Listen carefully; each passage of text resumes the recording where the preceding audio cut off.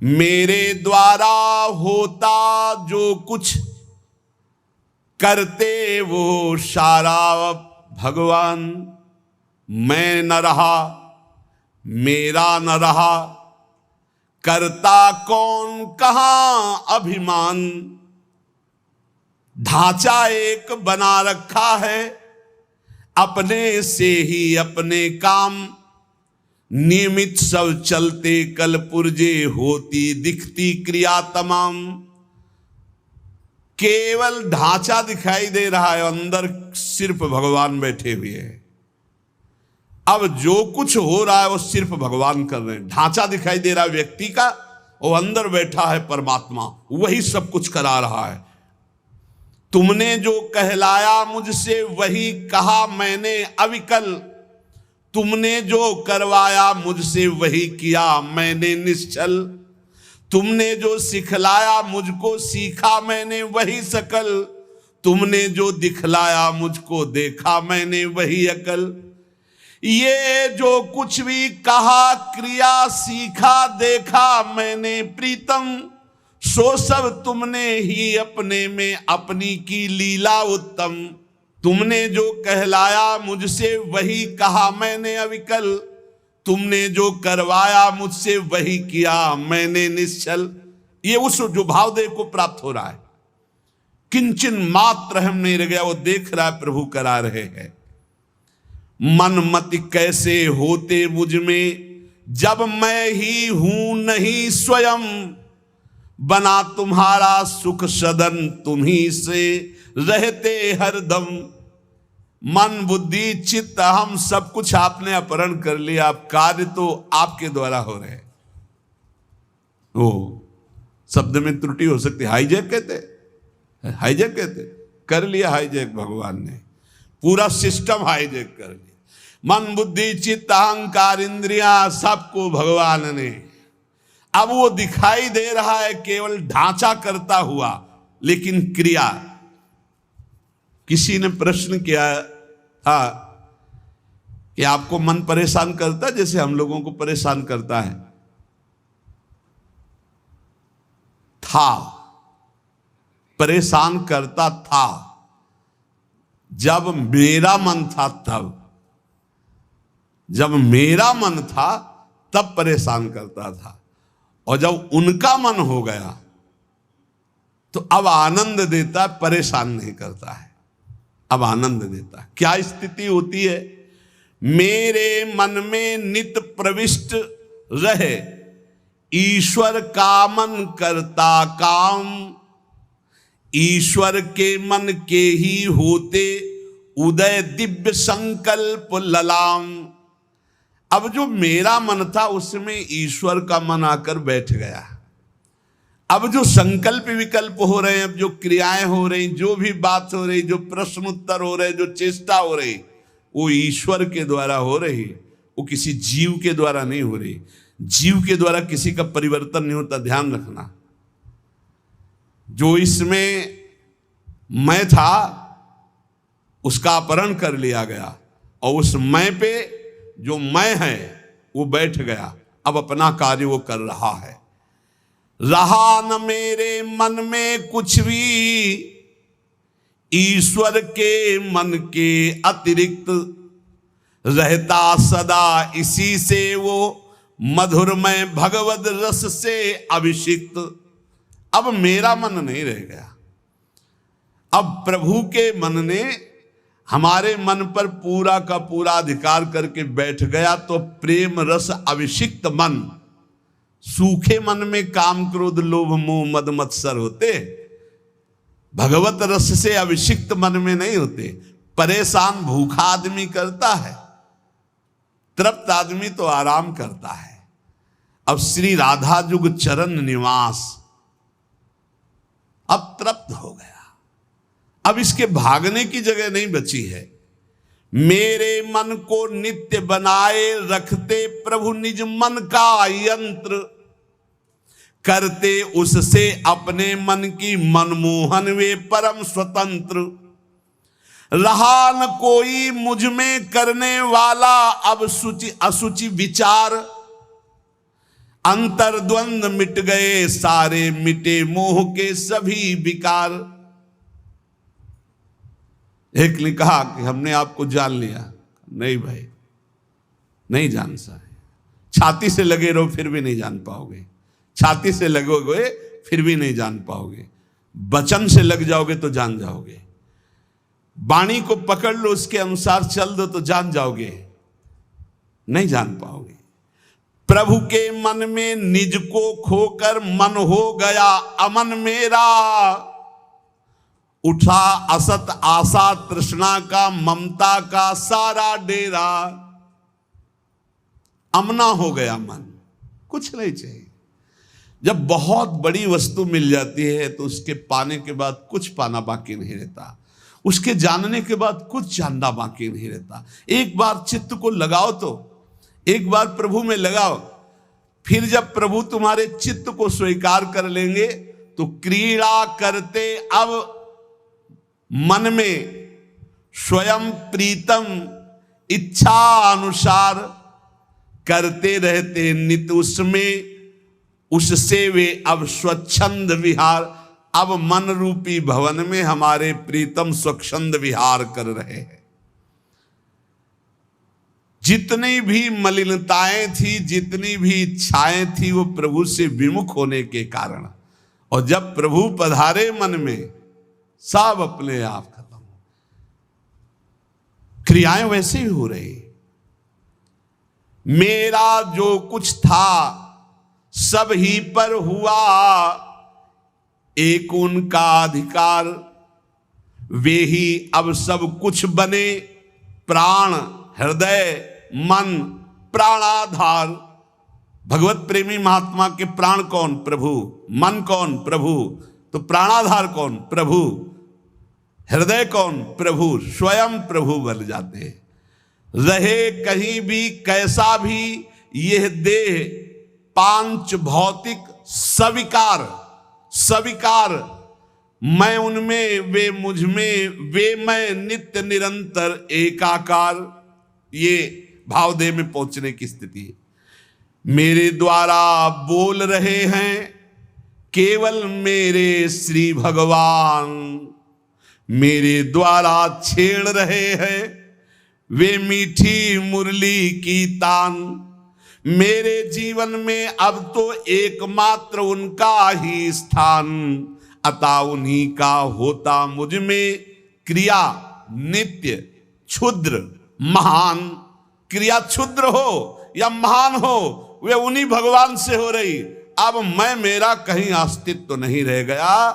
इस स्थिति में भाव का प्रादुर्भाव हो जाता है और भाव देह की प्राप्ति हो जाती है। तो कह रहे इस लोक में आराध्य देव से भिन्न कहीं भी जिसकी ममता नहीं है, उसके लिए कोई संसार नहीं है, उसके लिए कोई प्राणी नहीं है, यहां तक कि अपना भी अस्तित्व तो नहीं रह गया। देखो साधना को समझिए, अपना भी अस्तित्व तो नहीं रह गया। तब वो नित्य दिव्य रास लीला का रहस्य उसके हृदय में स्वयं प्रकाशित हो जाता है। ये माया मुग्ध मानव अपनी बुद्धि लड़ाकर रास को समझना चाहे तो कदापि नहीं। कौन अधिकारी है?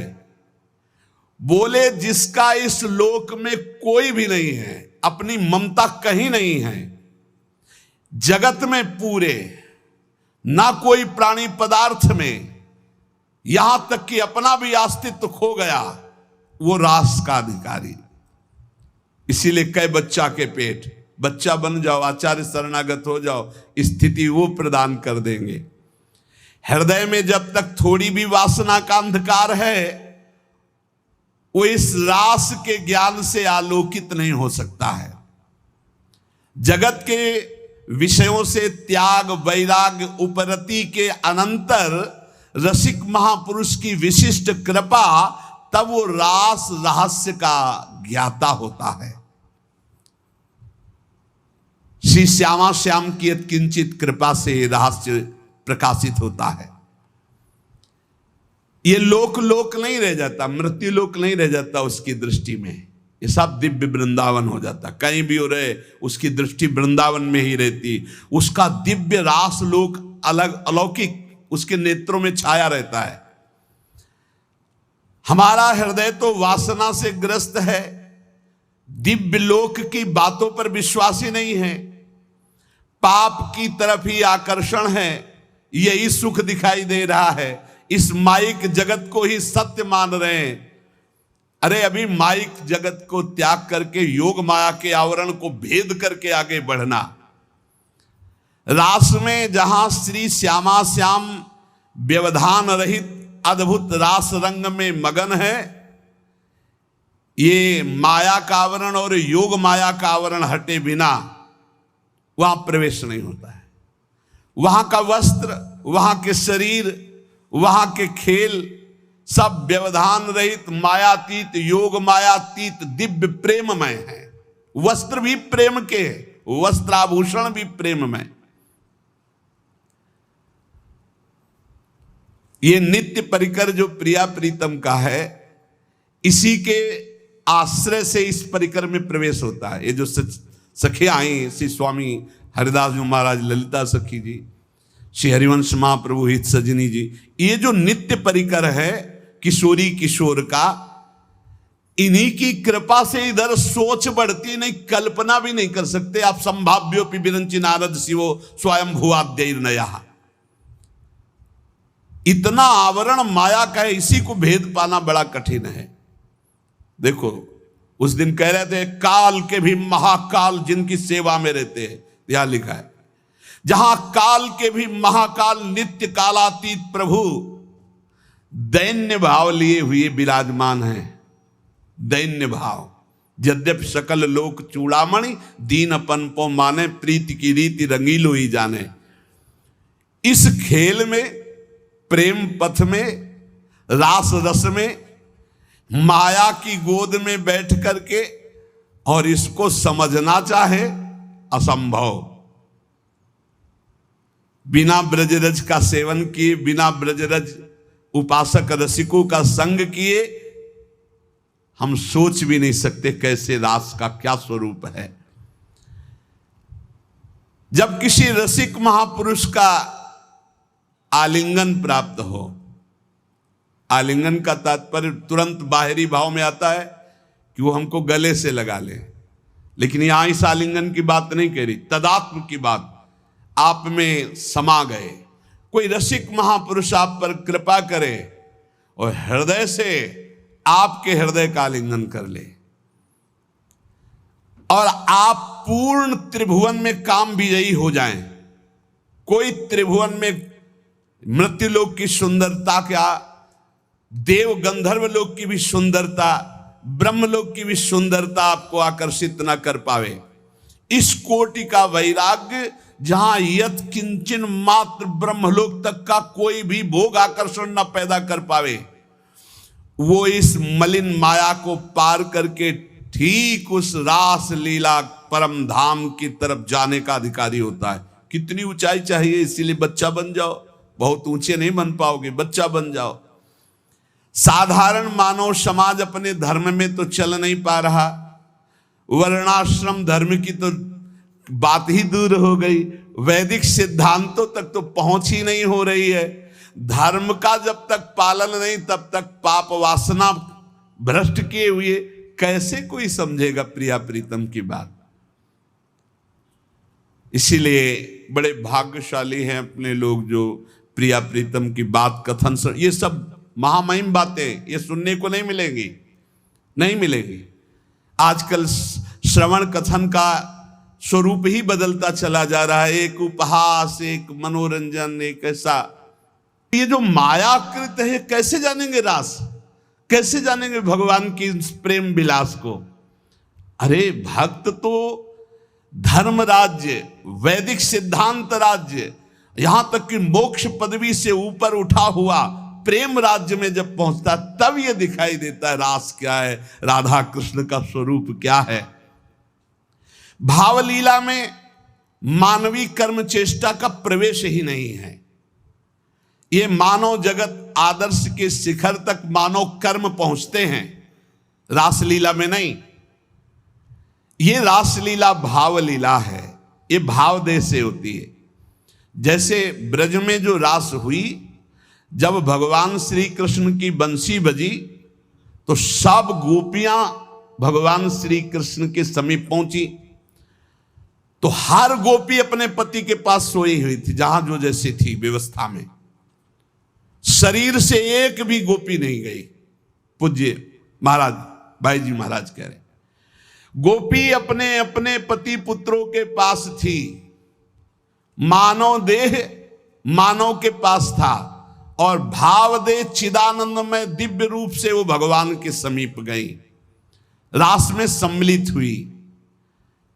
ये स्थूल सूक्ष्म कारण देह नहीं थे, भाव देह चिदानंद में स्थिति गोपी की।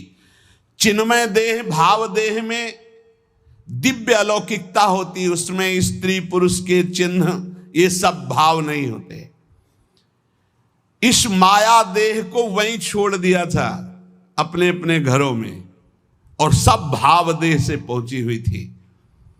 पूज्य भाई जी महाराज इसमें लिखे, आत्माराम श्री कृष्ण का आलिंगन आत्मा से होता, देह से नहीं। वो आत्मदेह स्वरूपा गोपांगनाएं थी। इसलिए प्रभु को जो रास विलास में तो कहा स्वप्रतिबिंब विभ्रमा, जैसे बालक अपने प्रतिबिंब से खेलता है। अर्थात सब श्री कृष्णमयी चिदानंद देहधारी गोपियां थी, कोई लौकिक स्त्रियां नहीं थी। जब ब्रज रास को ही नहीं समझ पा रहे हैं तो नवनिवृत्त निकुंज का रास ये भावुक जनों का विषय है, ये कल्पना का लोक नहीं है, ये परात्पर प्रेम का दिव्य लोक है। इसलिए हमारी प्रार्थना उन प्रेमी उपासकों से है कि ऐसे बहिर्मुख जनों का, ऐसे बहिर्मुख व्यवहार का, ऐसे बहिर्मुख वार्ता का त्याग करके अपने भाव को बचाते हुए बहुत ऊंचाई पर प्रभु ने घसीट लिया है प्रिया प्रीतम की उपासना। तो सिर्फ श्यामा श्याम का नाम, श्यामा श्याम के रूप, श्यामा श्याम की लीला, श्यामा श्याम के गुणों का गायन करते हुए संसार की लोक परलोक की कोई परवाह न करते हुए, किसी की समालोचना का ये विषय नहीं, ये अपने हृदय के भाव का विषय है। तो जैसा आचार्य गुरुदेव ने उपदेश किया वैसा हम आगे बढ़ते रहे।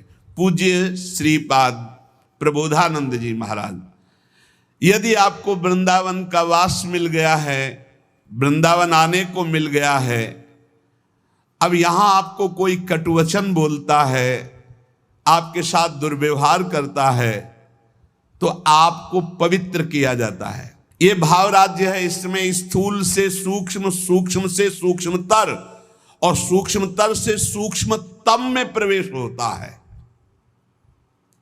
ये दिव्य भावना का लोक है। स्थूल सूक्ष्म कारण भाव चिन्मय, 5 भेद है। पहले स्थूल भाव बनता है, कैसे? शरीर से प्रकट सेवा में खूब तन्मयता, शरीर से जैसी आज्ञा हुई जहां हमें खड़ा कर दिया गया वही शरीर प्रधान।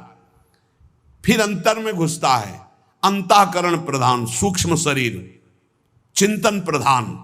अब बाहर की क्रियाएं तो पहले से ही संयमित हो चुकी है, अब जैसी गुरु आज्ञा वैसा अंदर चिंतन प्रधान।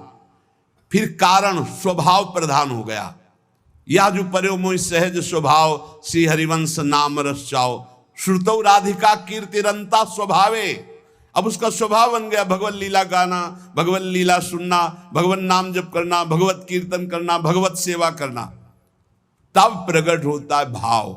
स्थूल सूक्ष्म कारण तीनों का परिवर्तन जो कर दे उसका नाम भाव। भाव के आगे चिन्मय देह की प्राप्ति होती है, जिसे भाव देह कहते हैं।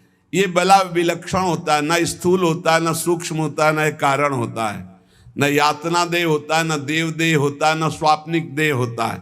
एक अलौकिक चिन्मय भाव देह है। ये नित्य, जैसे प्रिया प्रीतम वैसा ये नित्य है चिन्मय देह। ये देह केवल कहने मात्र को ये शुद्ध भगवत स्वरूप है। इसमें देह जनित कुछ नहीं है, हड्डी मांस या पुरुष स्त्री के चिन्ह ये सब नहीं है भाव देह में। अब आप विचार कीजिए, ये जो लीलाएं हैं ये चिन्मय देह से हो रही हैं, जहां ना स्त्री चिन्ह है ना पुरुष चिन्ह है। ना रक्त है, न मांस है, न मज्जा है, न हड्डी है, न विकार है। निर्विकार चिदानंद चिन्मय देह। कैसे जानोगे? कैसी रास हो रही है। यहां देह और देही का भेद नहीं, जैसे आत्मा अलग है देह अलग है। यहां माया का पर्दा नहीं है, यहां बहिरंग प्रकृति का प्रवेश नहीं है, यहां अंतरंगा योग माया का भी प्रवेश नहीं है। यहां माया की चादर डालकर भगवान नहीं खेलते, यहां खुला खेल हो रहा है चिदानंद में। जैसे यहां तो माया की चादर पड़ी हुई, पहले देह फिर अंदर बैठा हुआ चिदानंद तत्व है, उसे कोई बिरला ज्ञानी जानता। समात्मा सुदुर्लभा वासुदेवा सर्वमिति। इस चिन्मय भावदेह की जब प्राप्ति होती है तो केवल प्रिया प्रीतम के मिलन आनंद की व्यवस्था करना और उसी आनंद में पूर्णानंद में डूबना। जैसी धरिवंश लाल ललना मिली तो हियो सिरावत मोर, चिदानंद भावदेह से चरी।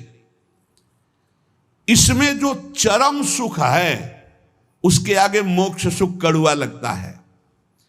यह रहस्य तभी खुलता है जब दिव्य लीला राज्य के भावरस में डूबे हुए किसी भावुक महापुरुष की शरणागति मिल जाए और उनकी बताई हुई उपासना के क्रम से स्थूल शरीर, सूक्ष्म शरीर, कारण शरीर, तीनों से परे भाव, भाव से भी गाढ़ भाव दे चिदानंदमय की प्राप्ति, तब इस लीला में प्रवेश हुआ।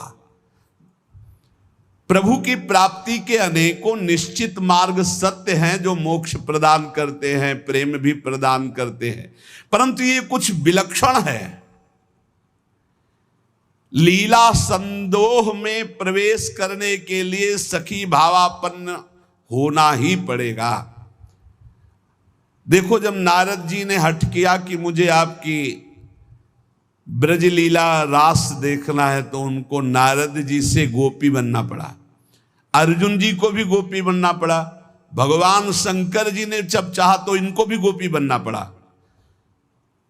ब्रज लीला के रास में अर्जुन को, नारद जी को, भगवान शंकर को गोपी बन करके प्रवेश दिलाया। लेकिन नवनिवृत्त निकुंज में तो सहचरी भाव के बिना प्रवेश। तीन गोपिन ते दुर्लभ माई, नित्य विहार सहज सुखदाई।